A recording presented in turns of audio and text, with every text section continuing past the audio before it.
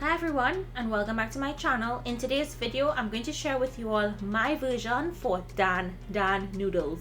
If you guys have never had Dan noodles before, you are in for a treat, and I must warn you, this is going to be spicy. So we're going to start with some Sichuan pepper. These are the peppercorns. We're going to toast it and allow it to cool down, and then we're going to put it into a mortar and going to use my pestle and grind that into a fine powder. If you guys cannot find this in Trinidad, you can omit it. The sauce is still going to taste great, but check those specialty stores. You'll definitely find it there or on Amazon.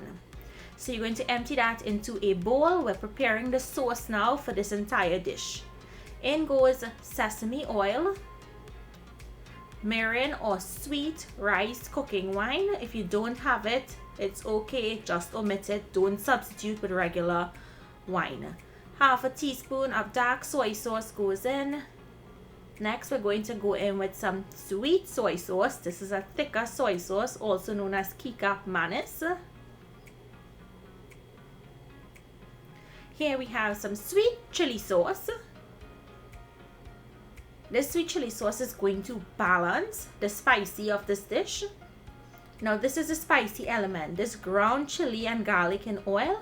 I'm going to be using 2 teaspoons of the paste itself, and I'll also be using 2 teaspoons of the oil. Now this is very hot, guys. So if you're making this for the first time and you're not a fan of heat in food or something peppery, I suggest going in with just 1/4 teaspoon of this. In goes my peanut butter, ginger and garlic, and we're going to give that a mix until it's well incorporated. Remember guys, as I said, use 1/4 teaspoon of that chili in oil if you're not accustomed to foods that are very spicy. So set that sauce aside, and in a large skillet add in some oil on a medium heat. Next, go in with mincemeat of your choice, and you're going to start to break up the mincemeat. I'm going to season with some salt and some black pepper. Just add a little bit because the sauce itself contains salt, so you don't want this part of the dish to be too salty.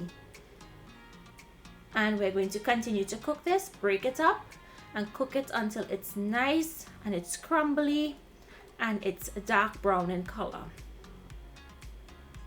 You can use lamb, you can use pork. I'm using pork here. You can use chicken, use whatever you would like.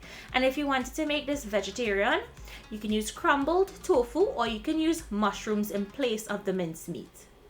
Add in your boiled noodles, and I boiled the noodles to aldente, which means to the bite. And now to my sauce, I reserved some of that liquid we boiled the noodles in.